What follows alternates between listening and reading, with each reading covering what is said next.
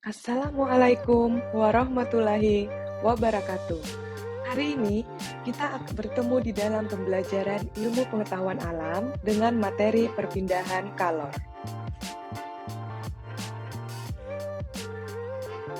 Tahukah kalian, terdapat 3 cara perpindahan kalor. Yang pertama konduksi, kedua konveksi, dan yang ketiga radiasi.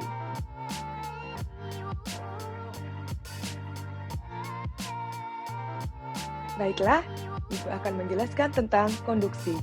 Konduksi adalah perpindahan kalor melalui bahan tanpa disertai perpindahan partikel-partikel bahan tersebut. Semua benda memiliki kemampuan mengantarkan panas yang berbeda-beda, tergantung bahannya. Ada benda yang mampu mengantarkan panas dengan baik, ada juga yang menghantarkan panas dengan buruk.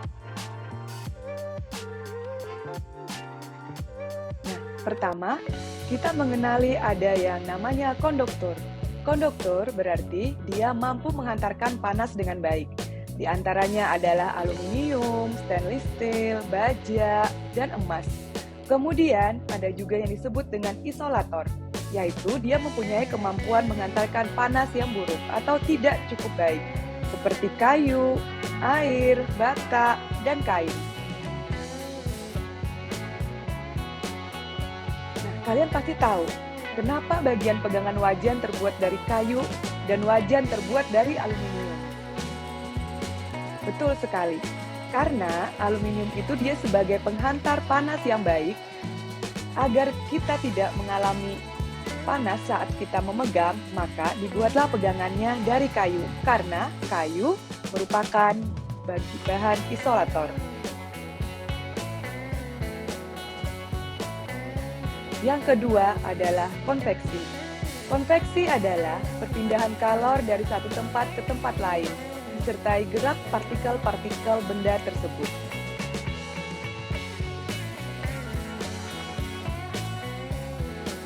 Oke, tadi pada saat kita membahas tentang konduksi, kita mengetahui katanya air adalah penghantar panas yang buruk.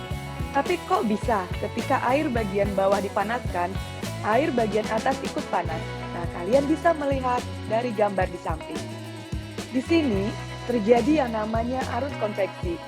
Ketika panci dipanaskan, maka kemudian ada air panas bagian bawah, air panasnya naik dan menjadi masanya kecil.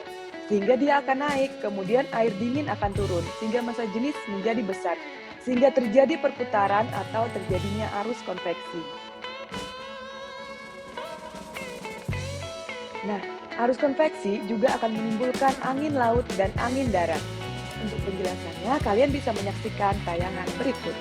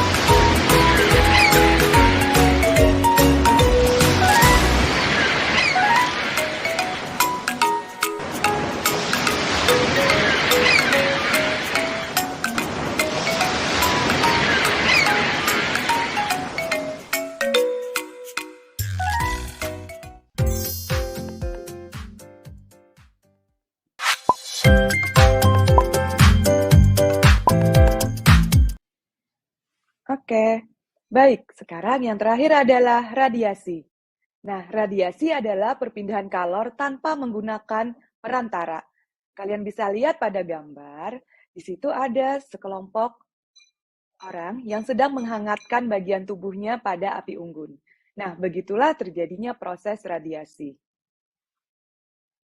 Oke, dari proses radiasi kita bisa tahu makin panas benda dibandingkan panas lingkungan di sekitarnya, makin besar juga kalor yang diradiasikan.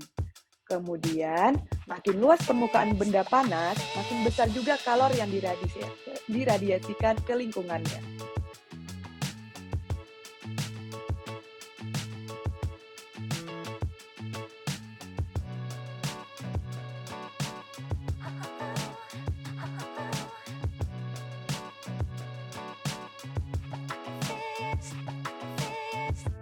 Berikutnya, makin rendah suhu benda, makin besar juga kalor yang diterima dari lingkungannya.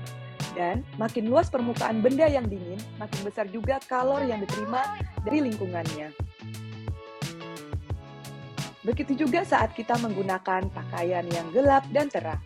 Makin gelap warna benda, makin besar pula kalor yang diradiasikan ke lingkungannya, sehingga akan terasa panas.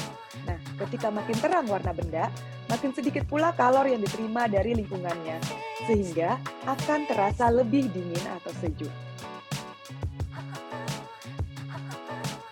Nah, silakan kalian menuliskan contoh lain dari peristiwa perpindahan kalor secara konduksi, konveksi, dan radiasi pada buku catatan kalian. Terima kasih sudah mau belajar, anak-anak hebat. Dan terakhir, jangan lupa sebagai bahan refleksi. Bagaimana perasaan kalian belajar tentang perpindahan kalor? Kemudian apa yang masih belum kamu pahami pada pelajaran perpindahan kalor? Dan seberapa paham kalian tentang perpindahan kalor? Tolong gambarkan bintang sesuai dengan tingkat paham kalian. Bintang 1, tidak paham. Kemudian bintang 2, berarti cukup paham. Dan bintang 3, kalian paham. Tuliskan kembali di buku catatan. Ibu tunggu. Terima kasih. Wassalamualaikum warahmatullahi wabarakatuh.